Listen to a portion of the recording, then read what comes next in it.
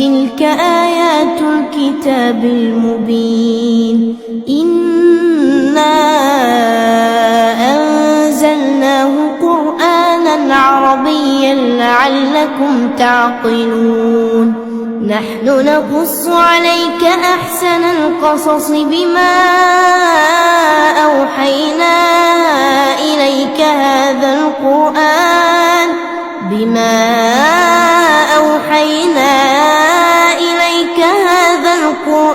وإن كنت من قبله لمن الغافلين إذ قال يوسف لأبيه يا أبت إني رأيت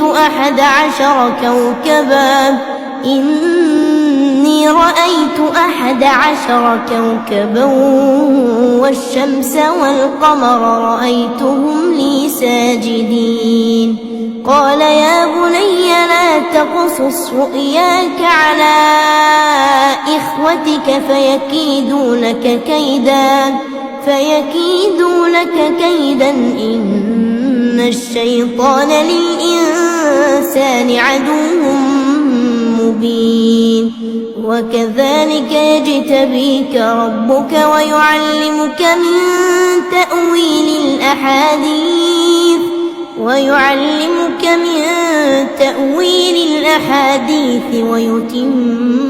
نعمته عليك وعلى آل يعقوب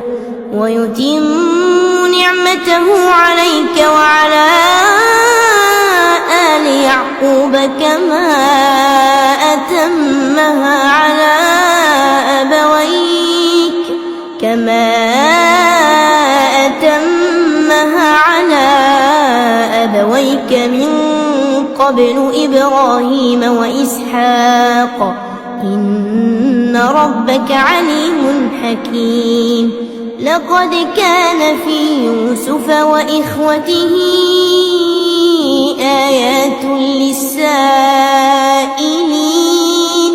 إذ قالوا ليوسف وأخوه أحب إلى أبينا منا ونحن عصبة إن أبانا لفي ضلال مبين اقتلوا يوسف أو اطرحوه أرضا يخل لكم وجه أبيكم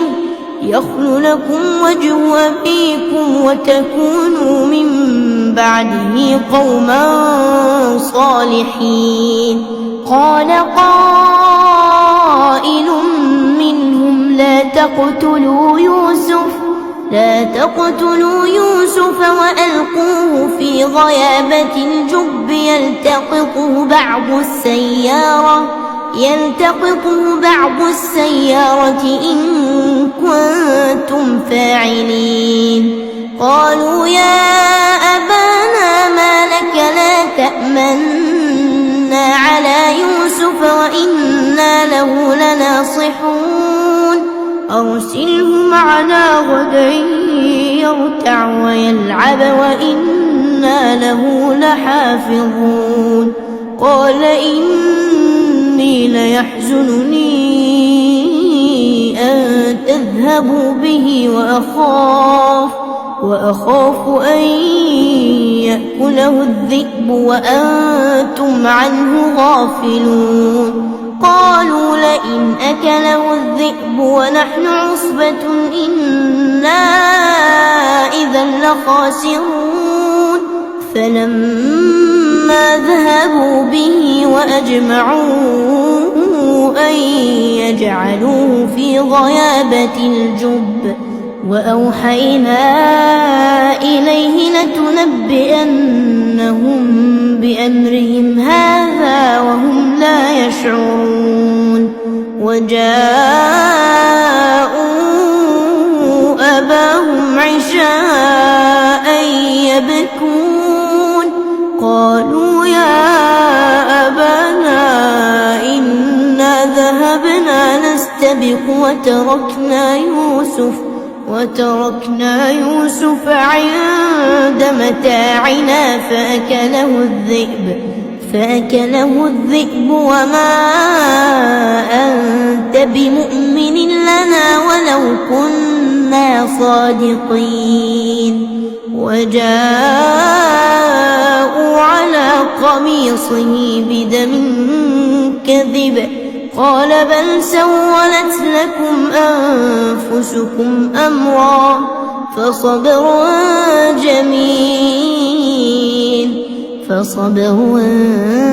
جميل والله المستعان على ما تصفون.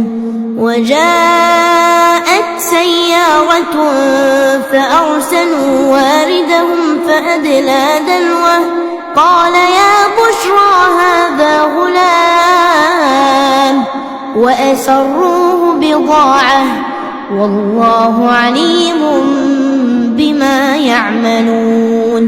وشروه بثمن بخس دراهم معدودة وكانوا فيه من الزاهدين. وقال الذي اشتراه من مصر لامرأته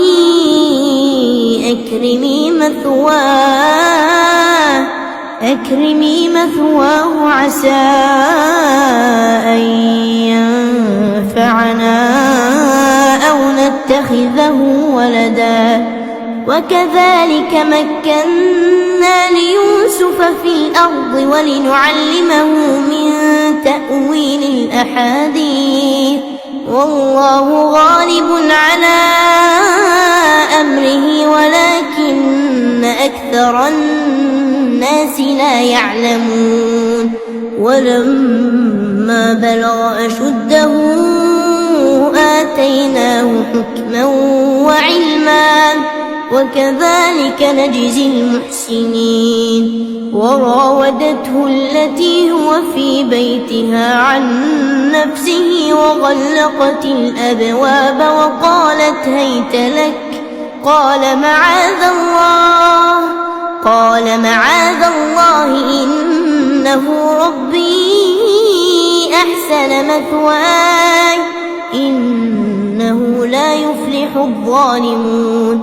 ولقد همت به وهم بها لولا أن رأى برهان ربه كذلك لنصرف عنه السوء والفحشاء إنه من عبادنا المخلصين. واستبق الباب وقدت قميصه من دبر وألف يا سيدها لدى الباب قالت ما جزاء من أراد بأهلك سوءا إلا أن يسجن أو عذاب أليم. قال هي راودتني عن نفسي وشهد شاهد من أهلها إن كان قميصه قد من قبل فصدقت وهو من الكاذبين. وإن كان قميصه قد من دبر فكذبت وهو من الصادقين.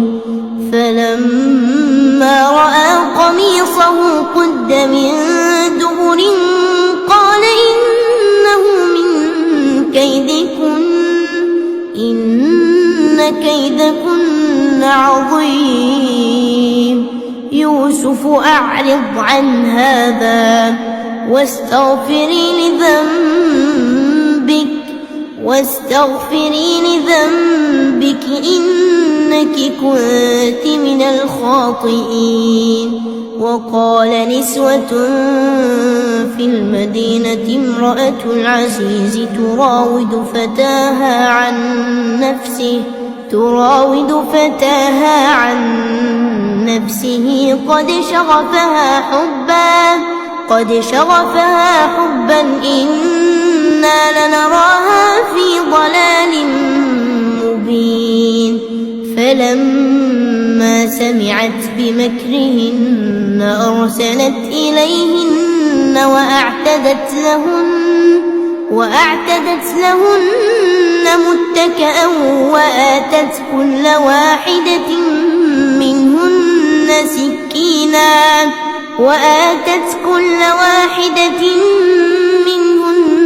سكينا وقالت اخرج عليهن فلما رأينه أكبرنه وقطعن أيديهن وقلن حاش لله ما هذا